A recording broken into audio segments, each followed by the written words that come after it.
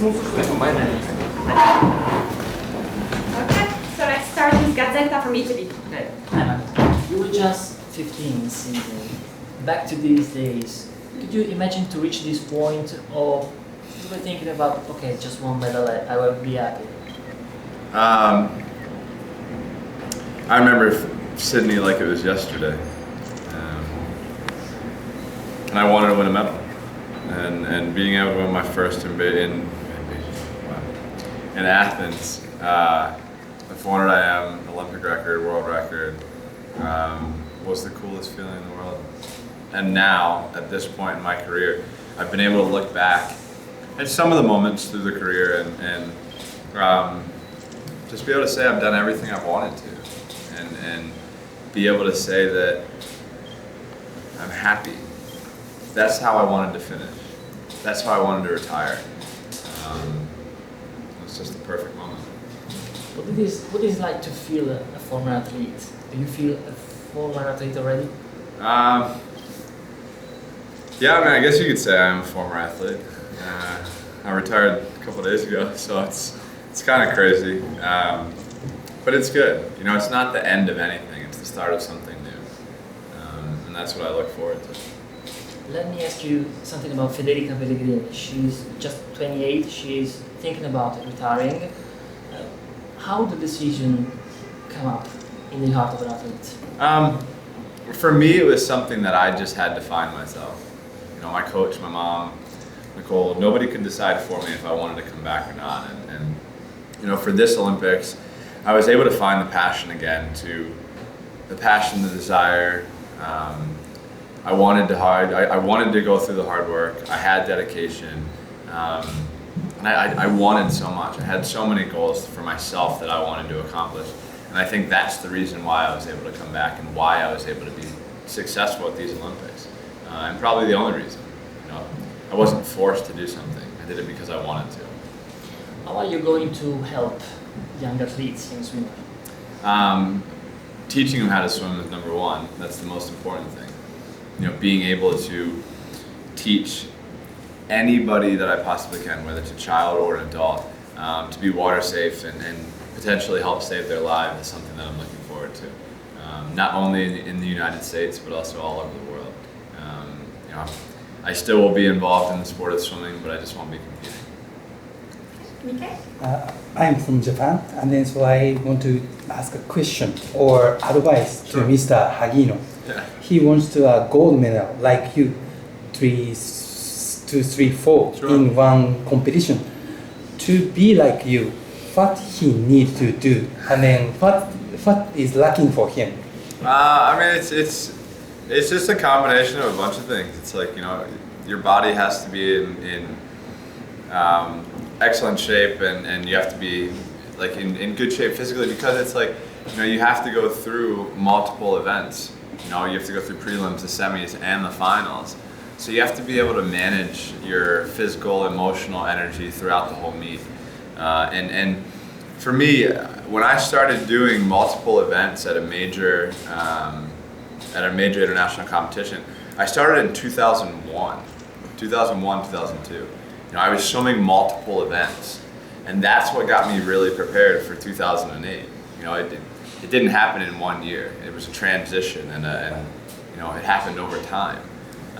So that was something that, you know, we played a lot with, and we learned a lot from our past experiences that helped us to move forward and have the opportunity to win multiple gold medals in an Olympics. Mm-hmm. He had a potential to be like you?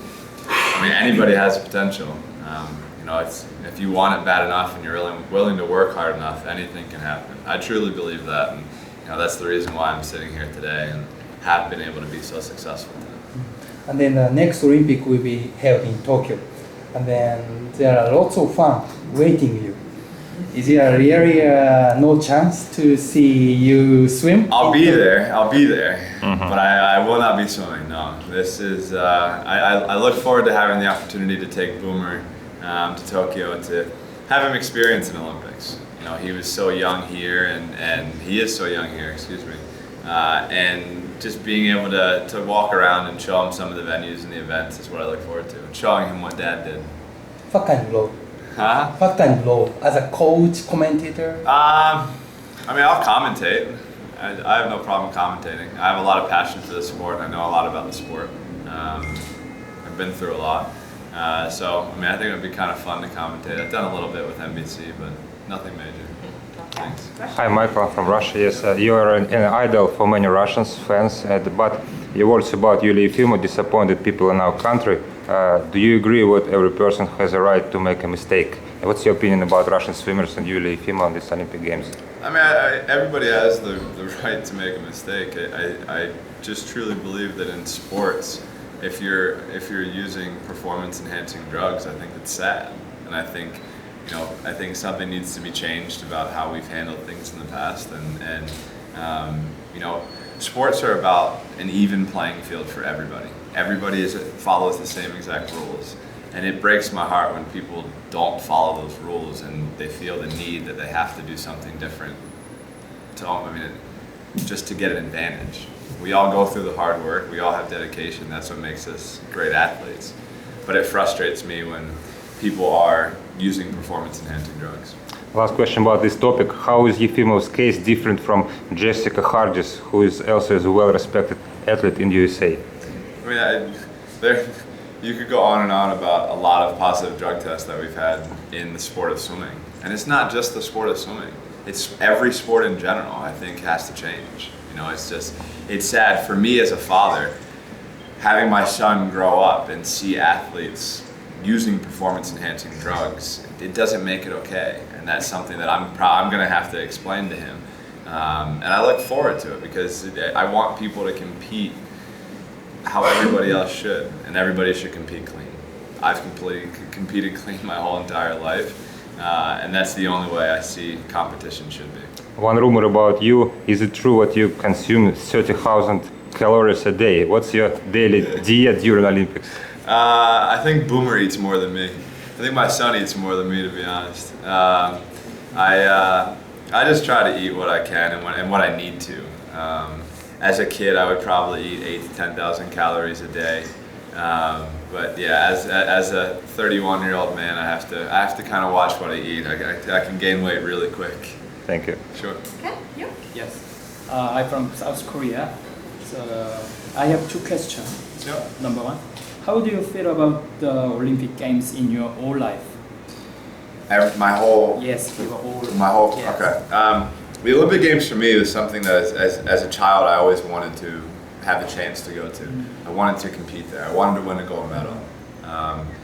In 2000, I had my first chance. In 2004, I had my second chance, and I won a gold medal. And that was one of the greatest moments of my life. For me, being able to compete in 5 different Olympics in 5 different cities. It's a perfect career. It's a perfect ending to a great career, and I'm very pleased and happy that I made the decision to come back for one more and finish my career here in Rio.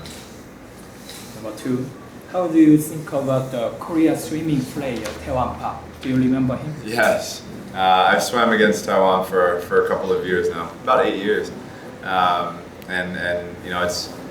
it's always fun watching people improve and watching how they go through the sport, and I wish him all the best if he continues to swim, and hopefully we'll see him in the future. Thank you. Thank you. Sure, thanks. Thank you very much.